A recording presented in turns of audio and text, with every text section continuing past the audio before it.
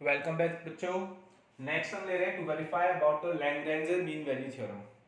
So this is the verification of Lagrange mean value theorem. इसके explanation में हमें क्या देखना है, सबसे पहले डिफरेंस क्या होता है, दोनों में डिफरेंस क्रिएट करते हैं। रोल्स थ्योरम भी आपसे क्या कहती है कि अगर कोई फंक्शन एफ एक्स है हमारा, it is continuous in between A to B, same वही कंसेप्ट हमारा लगेगा लैग्रेंज में। It is differentiable in between A to B, same यही कंसेप्ट लगेगा हमारा लैग्रेंज में। But here F of A does not equal F of B. जैसे Rolle's theorem में डिफाइन था आपका कि एफ ऑफ ए की वैल्यू एफ ऑफ बी के इक्वल होगी, तो सेम वो कंडीशन यहाँ पे एप्लीकेबल नहीं होगी। यहाँ पे एफ ऑफ ए और एफ ऑफ बी इक्वल नहीं होंगे। तो यहाँ पे मैंने जो दो पॉइंट्स लिए हैं, suppose this one is a, so the coordinates is a, 0 and this one is point B. So the coordinates is b, 0. Then its length is f of a and this length is f of b. Clearly diagram से आपको दिख रहा है कि f of a और f of b आपके इक्वल नहीं है। यहाँ पे दोनों डिफरेंट लेंथ के काउंट होंगे, f of a और f of b दोनों अलग अलग लेंथ के होंगे। रोल्स थ्योरम में क्या होता है, f of a is equal to f of b.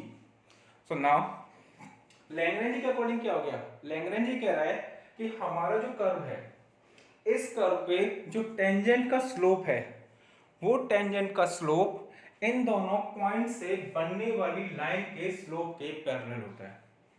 Okay, यानी कि अगर मैं इन पॉइंट्स को काउंट करूं तो इस पॉइंट के जो कोऑर्डिनेट हो जाएंगे, it is a, F A, तो बस यहां से यहां तक a, यहां से यहां तक एफ ए, और इसके कोऑर्डिनेट्स हो जाएंगे a, एफ बी। अगर ये हमारी कोई लाइन जा रही है, इस लाइन की स्लोप की बात करें तो स्लोप ऑफ लाइन, बेटा 11th क्लास में हमने पढ़ा है कि अगर हमें किसी भी लाइन के पॉइंट्स गिवन है तो उससे हम स्लोप निकाल सकते हैं। It is y2 minus y1 upon x2 minus x1 and slope is fb minus fa upon b minus a।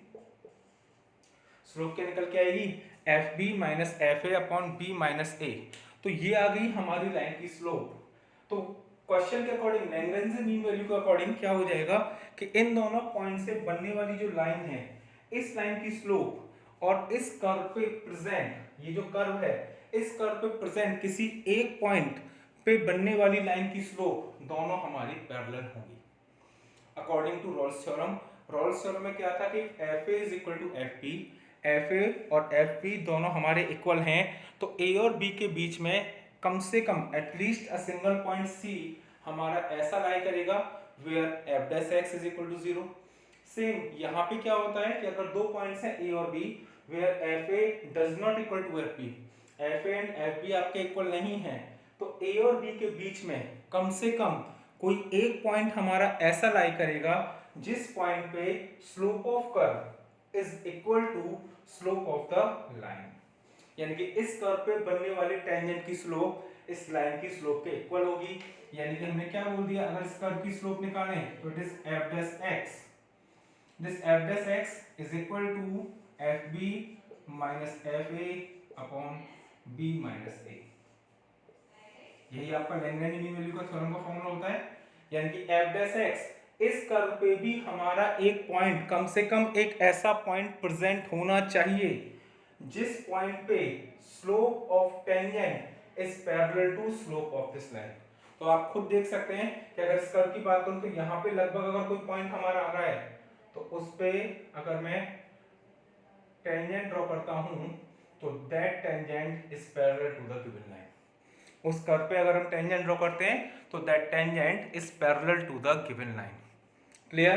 तो जो हमारे पॉइंट है ए और बी, इन दोनों पॉइंट्स ए और बी के बीच में at least a single point C, कम से कम एक पॉइंट सी हमारा ऐसा लाई करेगा in between A and B, A और बी के बीच में, where the slope of tangent, जो टेंजेंट की जो स्लोप आ रही है, it is parallel to the slope of the given line.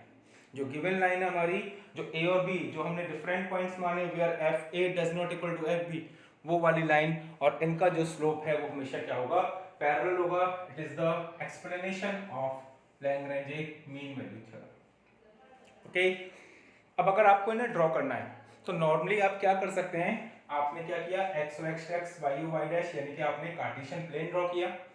उस कार्टेशियन प्लेन पे आप एक थ्रेड के हेल्प से आप एक कर्व बना सकते हैं with the help of a thread.